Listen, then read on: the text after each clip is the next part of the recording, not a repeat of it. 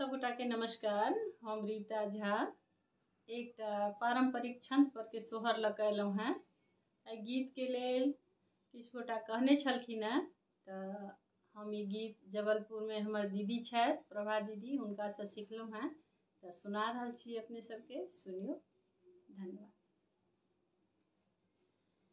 देवकी दरद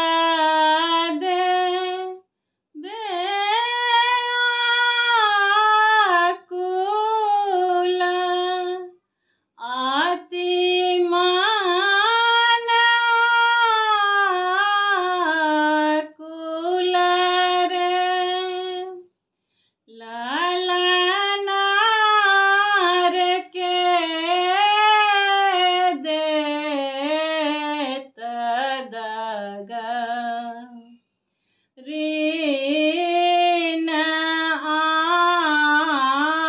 आनि की हर हृदय दुख रे ललनार के देत दग ऋण आनि की हर हृदय दुख रे फटत दर्द दर्द सो उठलो दगरिन ताकिया फटत दर्द दर्द सो उठलो दगरिन ताकिया करहु तुरंत उपाय पहु मोर बैसी घर जुनि जाहुयो करहु तुरंत उपाय पहु मोर बैसी घर जुनि जाहुयो उठु उठु पहु मोरा निंदा दैव दूर दिन देल रे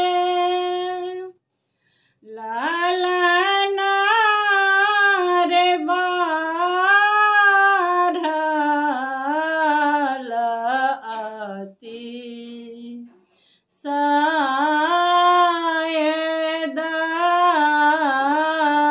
दर्द की तना मोर खिन्न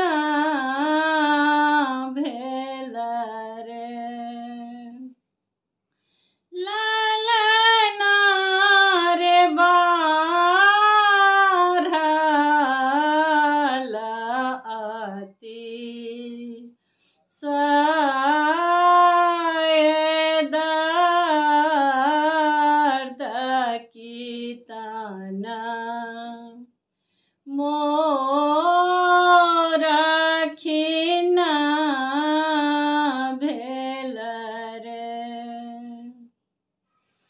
वसुदेव उठल चेहाय की पुनि दैव दूर दिन देल वसुदेव उठल चेहाय की पुनि दैव दूर दिन देल दुख ही पर दुख आबि बैसल सकल सुख हरि ले लयो दुख ही पर दुख आबि बैसल सकल सुख हरि ले लयो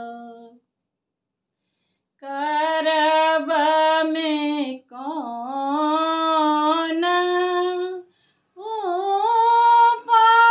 उपाय फुराय नाही किछु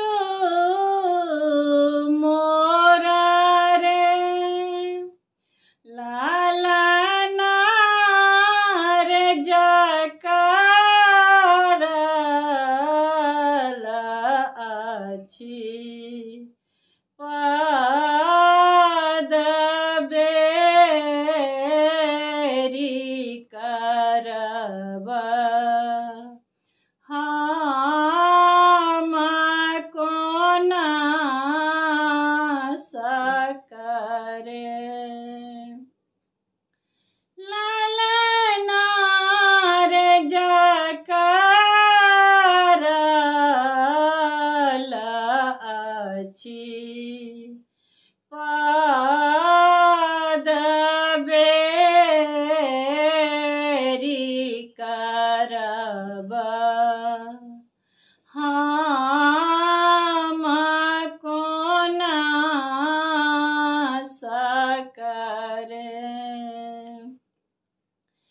देखी व्याकुल मातु पिता दो जन्म ले लया दुबीरयो।